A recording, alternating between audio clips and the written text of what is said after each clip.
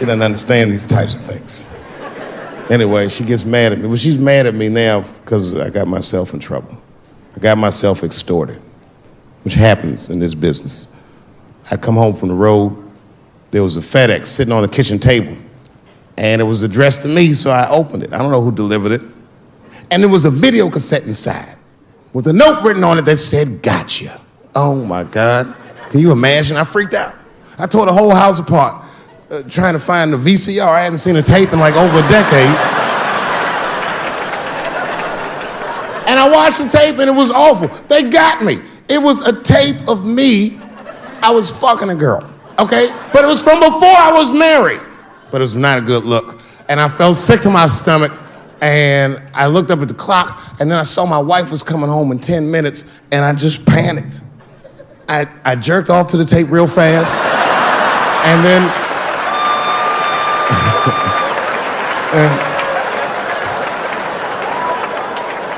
and then I called the FBI. Who, by the way, made me feel much better. I mean, they didn't say they were going to catch him for sure, but they had the demeanor of some competent people that would catch him. So I didn't worry about it too much. And then not even a week later, 5 days later, I come home and there's another video cassette just sitting on my porch. As soon as I saw it, I just called the police like, "They've done it again. You should probably look for a guy with bell bottoms on because I don't know who the fuck is sending tapes."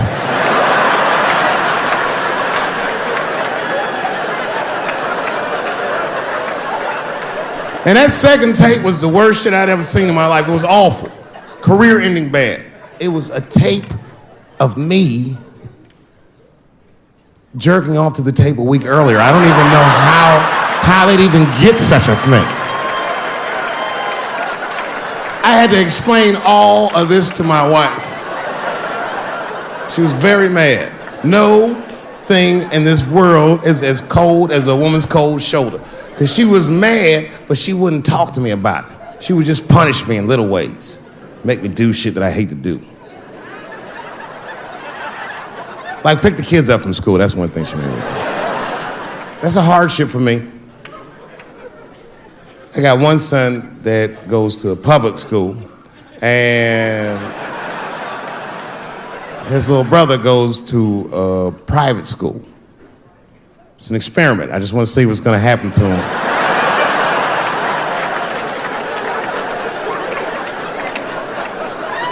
But what's weird is my little son in private school, he's like my thuggy son, you know what I mean? I don't know where he get that from. He's not getting it from me. And he's definitely not getting it from that school. That school is it's a liberal school. It's the kind of school, there might be like 12 black students in the entire school. And I'm the only black parent.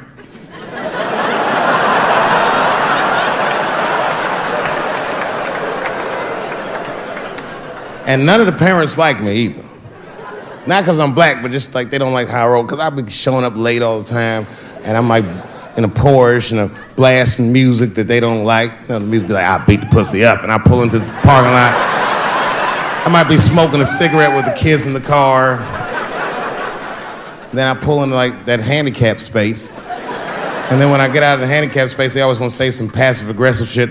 "Morning, Dave. Don't know if you noticed, but you actually parked in the handicap space." Huh? Yeah, you know what, Frank? I did notice. But who is this handicap guy we're all waiting on that never shows up?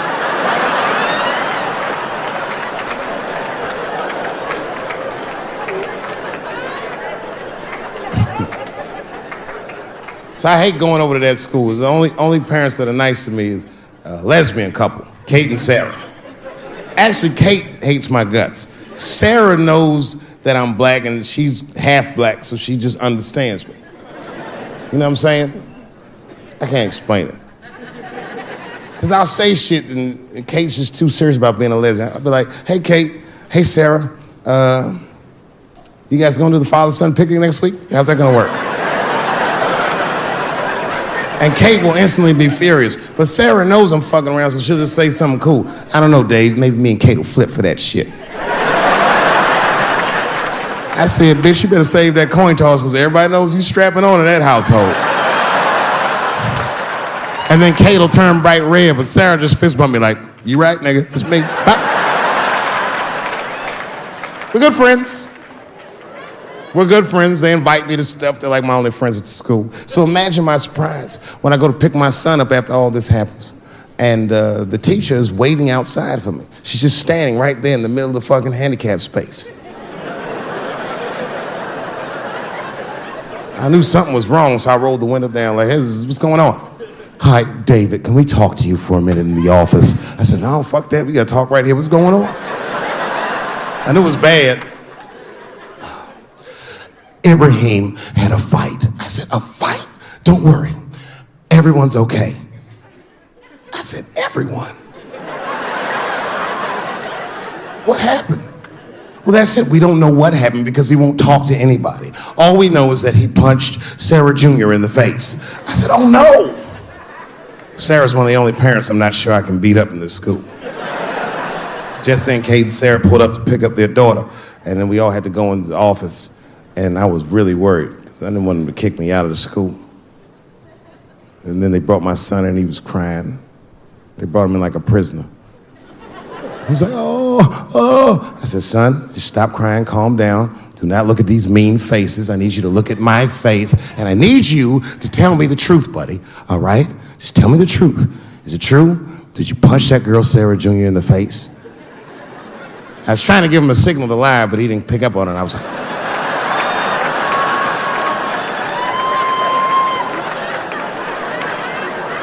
he wasn't paying attention. He said, yes, Daddy, I punched her face. I said, oh my God, why? Why would you do that? You're not supposed to put your hands on anybody.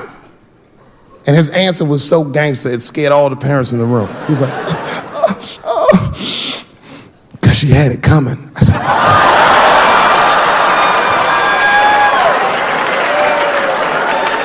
And everyone looked at me. I said, I did not teach you. I don't know where he got that from. I said, what does that mean, son? That is crazy talk. What does that mean? And then he just started crying like he was Tupac. Oh, these kids keep fucking with me.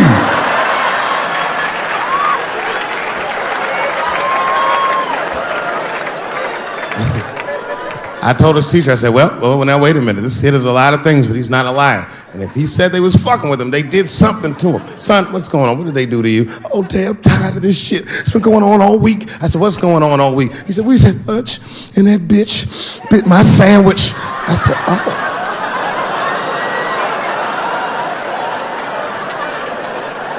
He said, it's the fourth time this week. I'm tired of this sandwich biting bitch.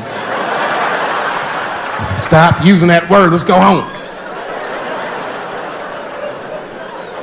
That's a quiet car ride home. We got to the house, he just ran right up to his room, slammed the door. His mother came downstairs. By then, she had heard about everything. She was looking at me like, oh my God, I said, I know, it's fucked up. She said, you bit that goddamn sandwich, didn't you, Daddy? I said, I'm tired of you accusing me of shit. And I just ran out of the house. Jumped in my car and drove off. Of course I bit that sandwich. But I knew that she was just really mad about that tape, so now she was gonna punish me about a fucking sandwich I bit. And I was mad as fuck. You know what I said to myself? I said, I should just never go home. Fuck this shit. You know, by the way, that's how people used to get divorced in the 40s. There was no divorce court in America. Back in those days, if you want to get out your marriage, you just tell your wife, hey baby, I'm going to get a pack of cigarettes. I'll be right back. You would just leave with the clothes on your back. That's when men were men. And there was no internet back then, so you could move 11 miles away and have a whole new life.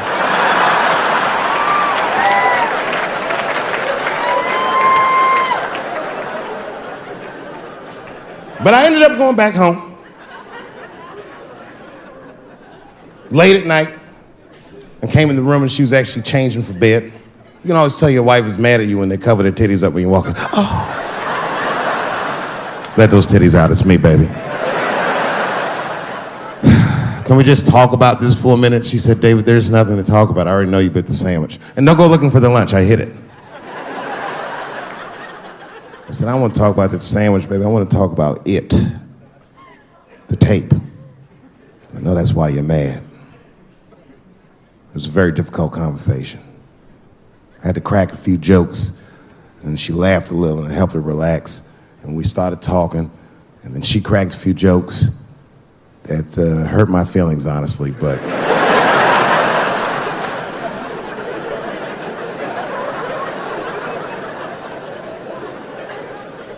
We talked, and you know what she told me? She told me that she was madder about the second extortion tape than she was about the first one. Which doesn't make sense at all. What's wrong with a guy touching his own private parts? It's my own business. It's not like I do it all the time. As a matter of fact, sometimes I do it for her benefit. A lot of guys do this. It's called the mercy jerk. That's the one that happens in the middle of the night when you're about to roll on top of it and you see her face and you're like, she looks tired. That takes a lot of love and discipline to back out of a room with a rock hard dick. Sometimes I don't make it. Uh-oh. Someone fell asleep with their socks off, didn't they? You can't rape feet. You can't rape feet. Only time I jerk off now is if I know how long she'll be gone. It's the only way I can get my head in the game. Sometimes she'll tell me, Dave, I'm gonna take the kid to my mom real quick. Probably be back in a couple of hours. A couple hours?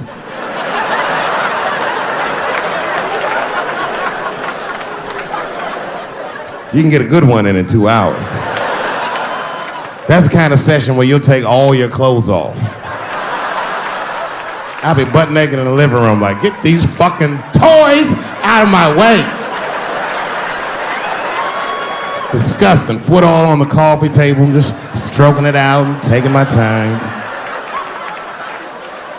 And I got a bowl of cereal waiting for me right here.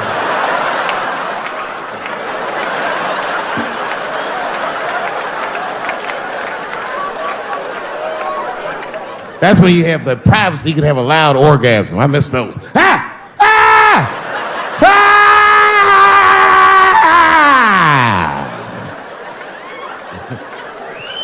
You know, when a guy busts a nut, like right after that, there's a window of like 6 minutes where he does the most rational thing he ever does. That's when he's always horrified. Ah! Oh God, what have I done? Oh my God, it's everywhere. Ah! Baba! Thank you very much, Austin, Texas. I had a wonderful time. Be well, be happy. Good night, everybody. Thank you. Give it up one more time for Dave Chappelle!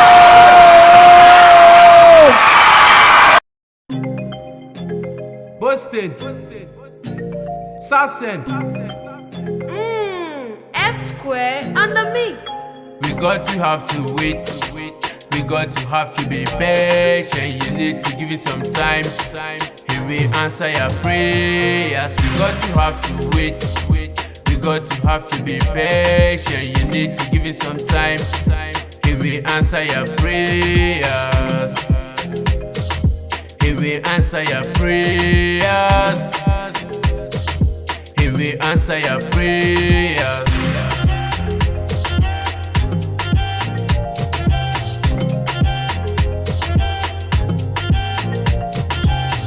Your love with the bust me for head. It did do me for body. Your love with the bust me for head. Oh. Your love with the bust me for head. It did do me for body. Your love it bust me for head. Oh. It did bust me. It did bust me. They want to use your matter for so kaba. They want to use your case for kutaba.